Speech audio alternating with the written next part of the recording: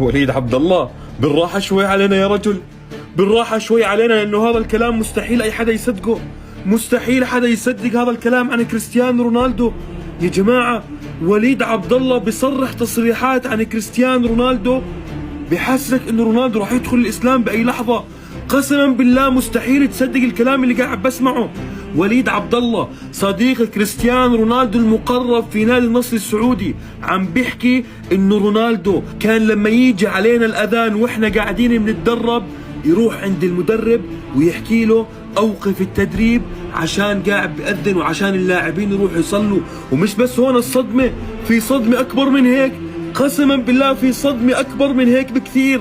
رونالدو لما كان يشوف لاعبين النصر السعودي المسلمين قاعدين بيصلوا في الصالة التدريبية يروح عند اللاعبين اللي مش قاعدين بيصلوا ويحكي له انت ليش مش قاعد بتصلي؟ روح صلي معاهم. يروح عند